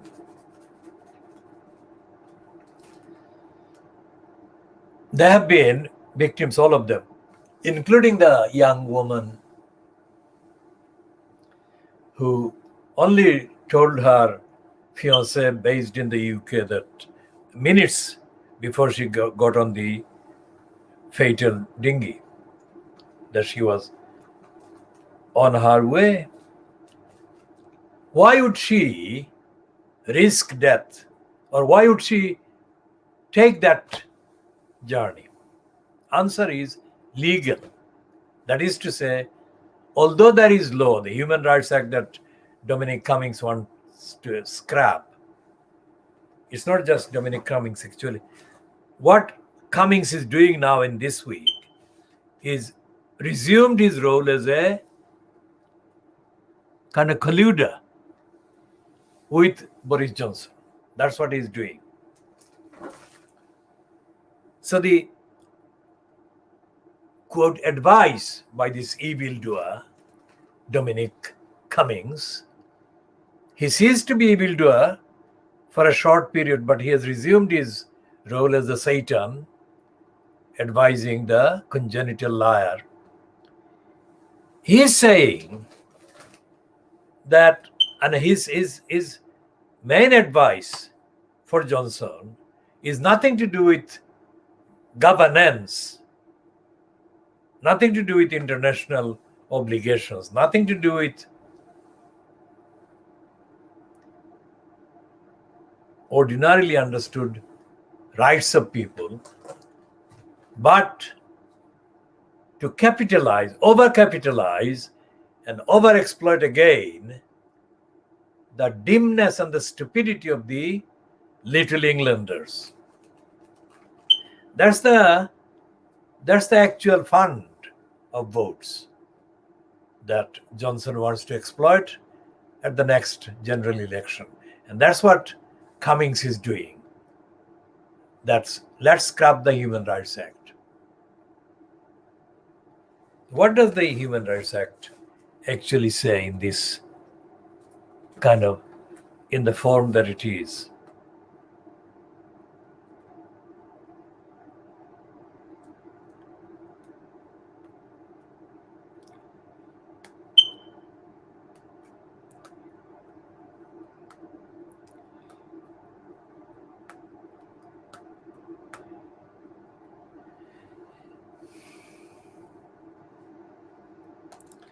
And it's called Human Rights Act 1998. That was the year after Tony Blair got in. And it says the introduction. In this act, the convention rights means the rights and fundamental freedom set out in the Article 2 to Article 12 and 14 of the convention, and then Articles 1 to 3 of the first protocol, and Article 1 of the 13th protocol, as read with Articles 16 to 18 of the convention. Those articles are to have effect for the purpose of this act, subject to any designated derogation or reservation as to which see sections 14 and 15. Remember, I described derogation in context at the beginning of this particular edition, so I've already dealt with that. The Secretary of State may make such amendments to this act as he considers appropriate to reflect the effect in relation to the United Kingdom of a protocol. In subsection 4, protocol means a protocol to the convention, which the United Kingdom has ratified, or which the United Kingdom has signed with a view to ratification. Now, what all of this is referring to in the word convention is the European Human Rights Convention. And as I said, even before reading this today, I said at the beginning that this was already an watered down kind of version, the Human Rights Act, watered down version of the European Convention on Human Rights or for Human Rights, because they keep changing the title from time to time. And what I say and assert is that the Fleet Street papers and the BBC and the rest of the broadcasting counterparts remain corrupt in their silence about the human rights obligations of the state. And the human rights obligations of the state, United Kingdom as a ratifier in common with the other states within the framework of the European Convention, that the European Conventions actually have been broken by the United Kingdom. Think about that. Which is why Cummings wants to get rid of the Human Rights Act. Now, if France had done something that could warrant the description or reporting that the French government had actually broken any law, international law, then you could guarantee that that would be featured as the front page splash on the Sunday papers. But there is nothing about the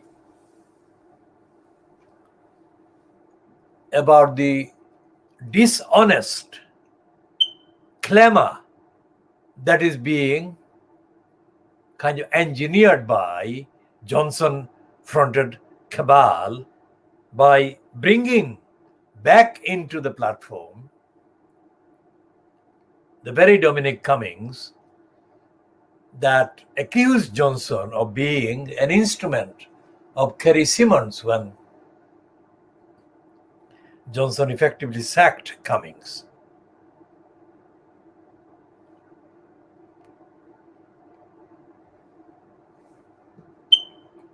So what the Sunday papers are doing, say for example, this one is the Sunday Mail on Sunday.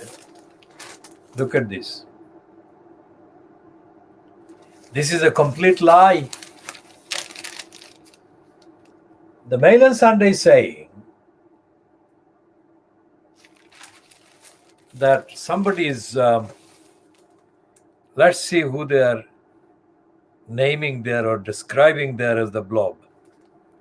Civil servants have blocked the word Christmas from efforts to avert a winter COVID crisis, as the fear it would offend minority religions. The ban, detailed in emails leaked to the Mail on Sunday, was revealed as Boris Johnson announced tighter travel restrictions and new rules on masks in a bid to limit the spread of the new Omicron variant.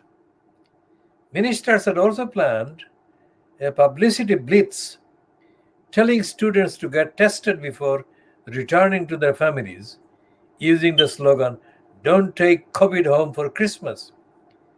But it was vetoed by cabinet officials. The move sparked a row over wokeism in the civil service, which has been disparagingly nicknamed the blob by critics, with one Muslim Tory MP branding the ban ridiculous. Now, notice that. I mean, one Muslim Tory. I mean, you couldn't get it worse. Muslim and Tory. These are conflicting kind of things. Two concepts, Muslim and Tory. An MP. These three don't go together, but they have managed to find them together. The Daily Mail. Muslim, anti-Muslim Daily Mail.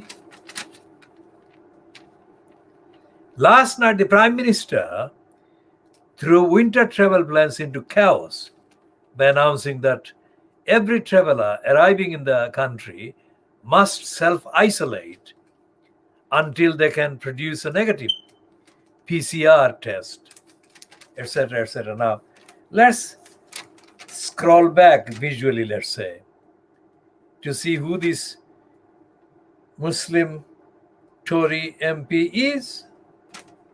Can we find him?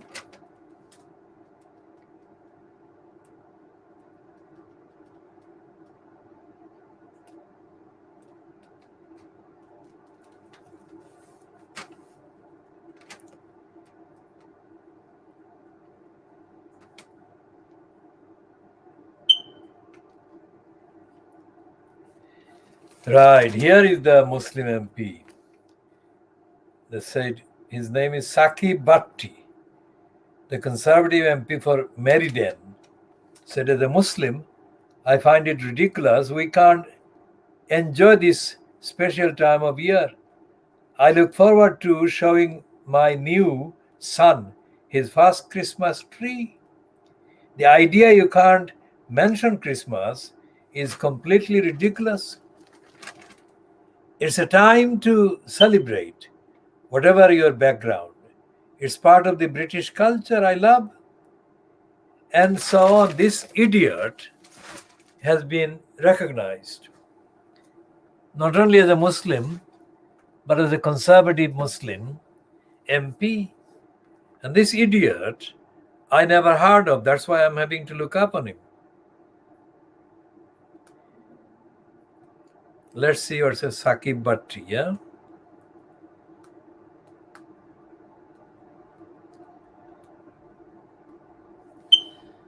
And this criminal has been given, oh my God, he is a real moron.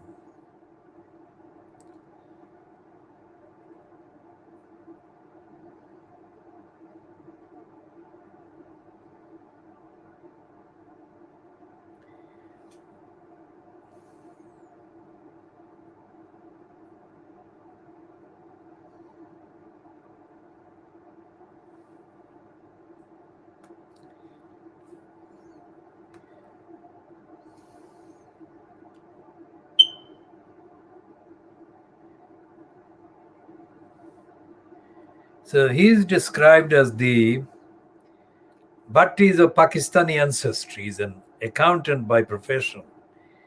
In 2018, he became the president of the Greater Birmingham Chambers of Commerce, becoming the youngest person and the first Muslim to hold the post. Now, what on earth has that got to do with them being Muslim, you moron?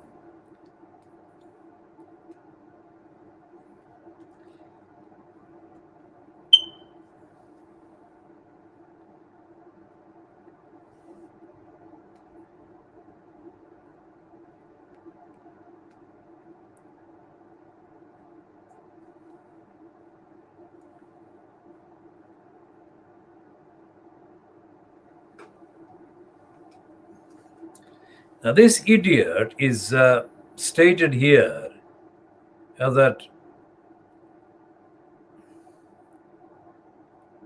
he is a Brexiteer. And he argued that the European Union policy prevented immigration from South Asia. and that leaving the European Union would make it easier. Now, if he did say that, then why is this criminal been silent after the massacre of the migrants on Wednesday?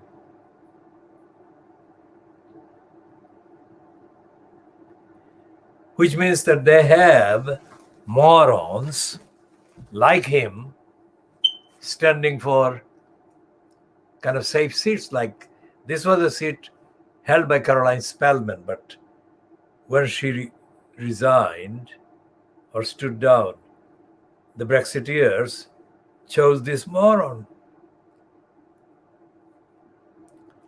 So what is happening with the congenital liar, Boris Johnson, being in the post as so-called leader? Either the Mail on Sunday, which is the spiritual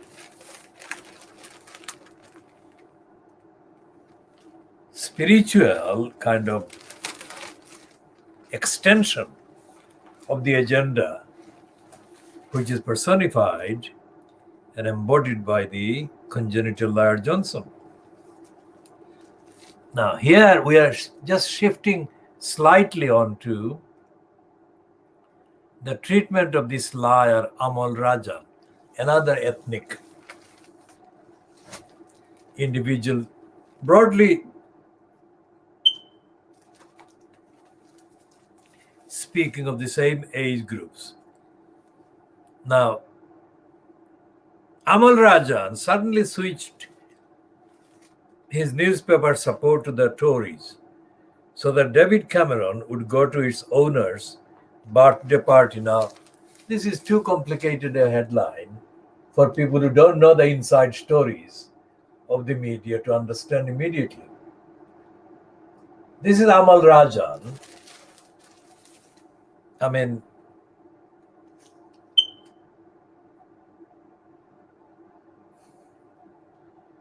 Amal Rajan is not fit to be anything to do with the media, the politics at all, and yet he was appointed as BBC's media editor.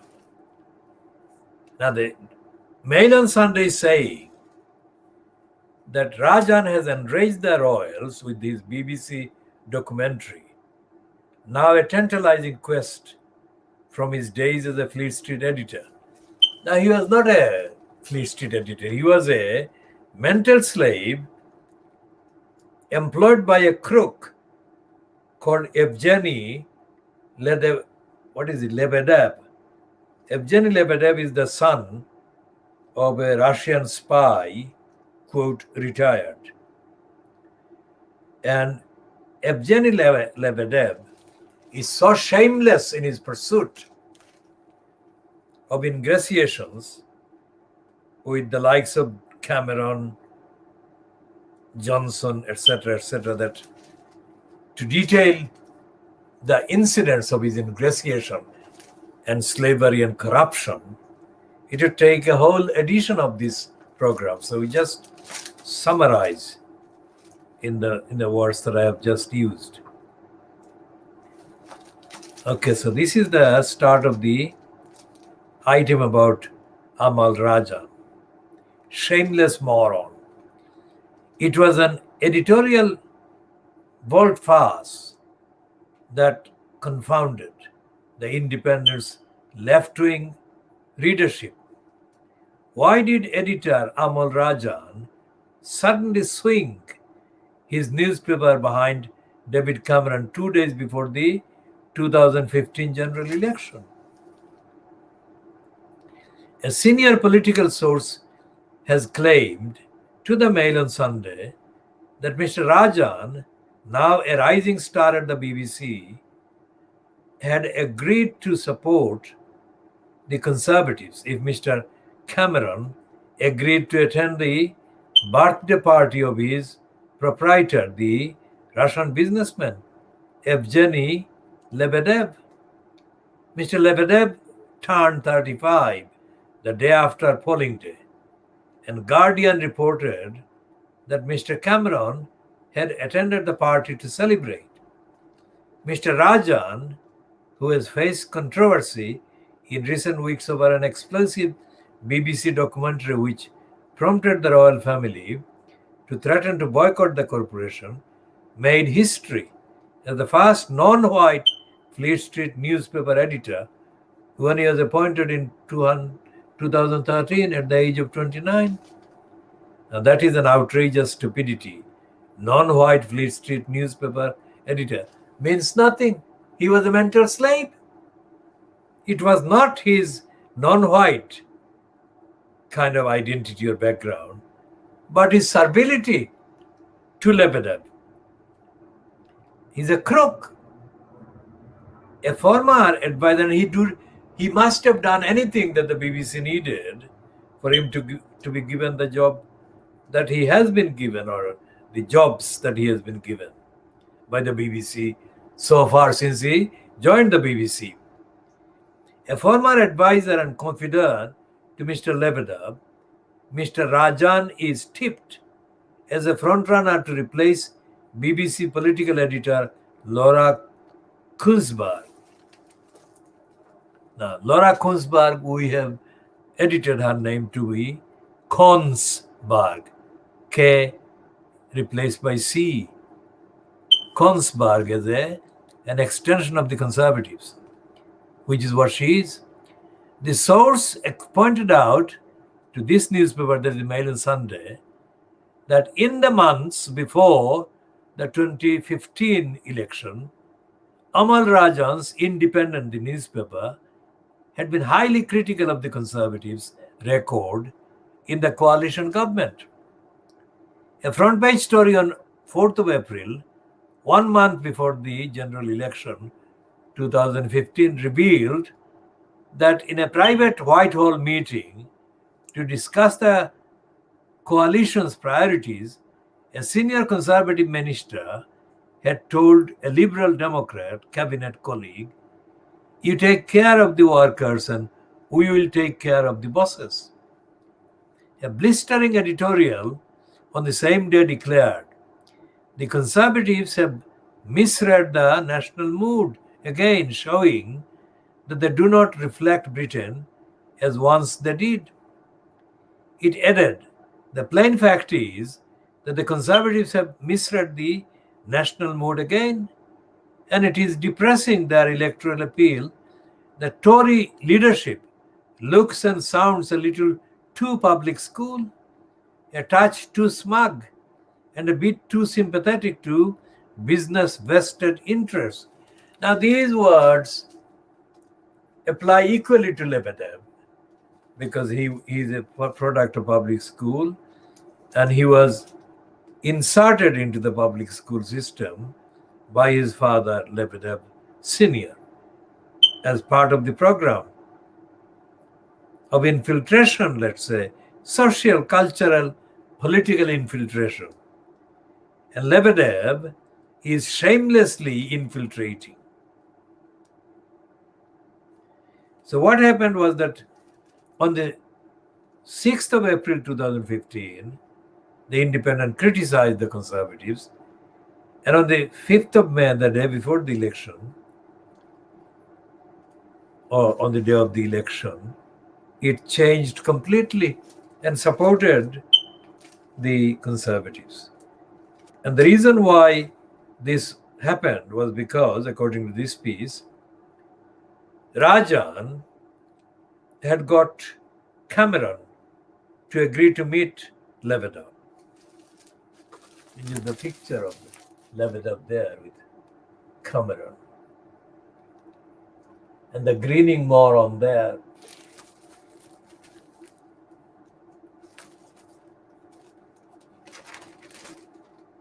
And what this piece is saying effectively is that Amal Rajan is rising within the BBC. Now,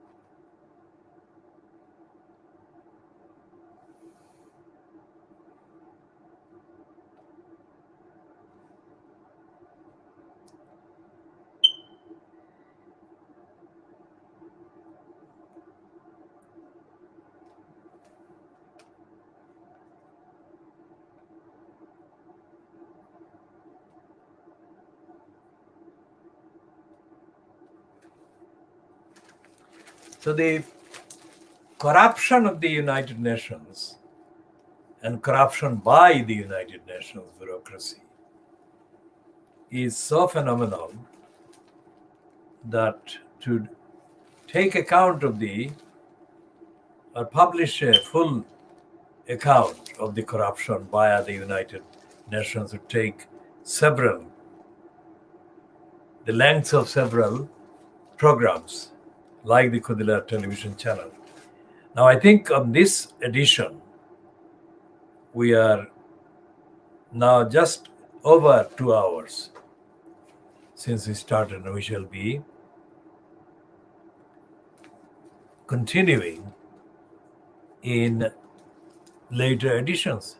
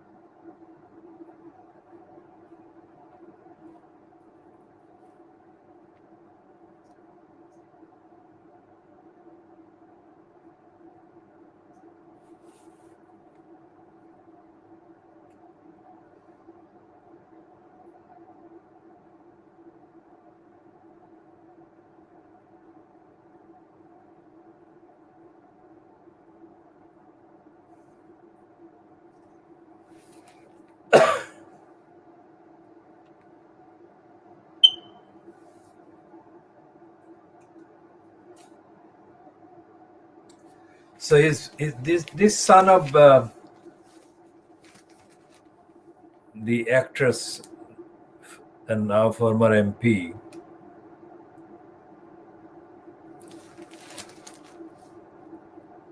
Dan Hodges, is one of the nastiest racists that has been given the platform by the Daily Mail group, who is literally poisonous. I mean, instead of devoting this piece to a discussion of the various issues that affected the people who were massacred and affected the decisions to get on the dinghy, he is inciting racist hatred, Brexiteering hatred, and dismissing the massacre as, let's find the,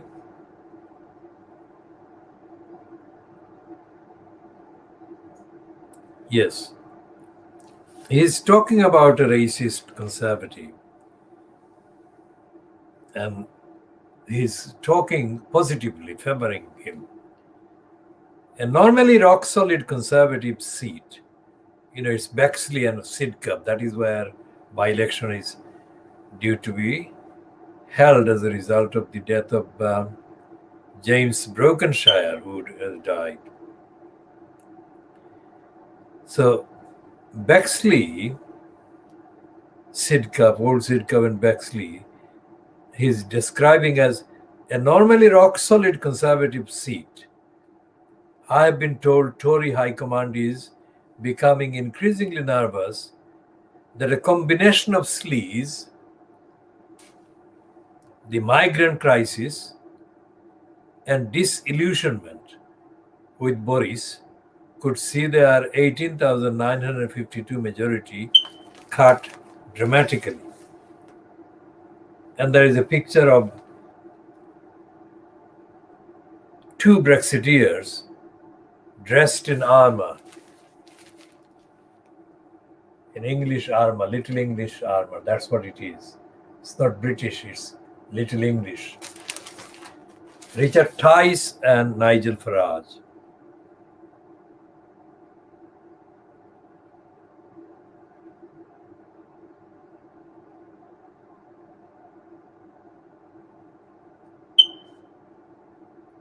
And this is full of, this son of Glenda Jackson's. Glenda Jackson was a Labour MP, of course. He's forever looking for excuses to sort out at the opponents of the Conservatives, opponents of Brexit, and opponents of racism.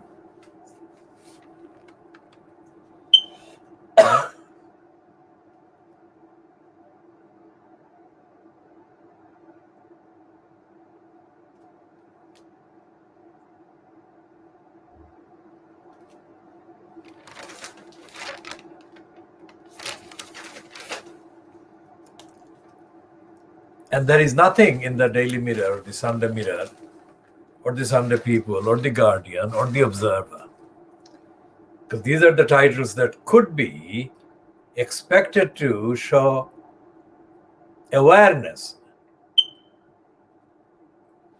of how dangerously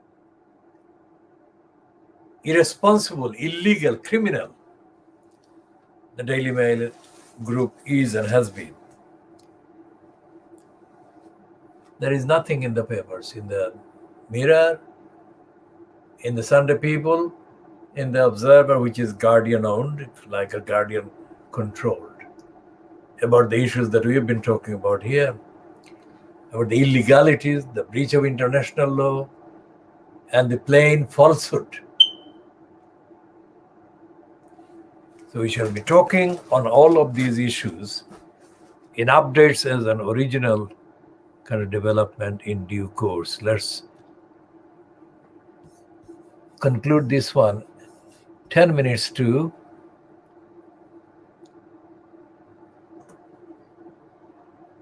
10 minutes to the hour, that is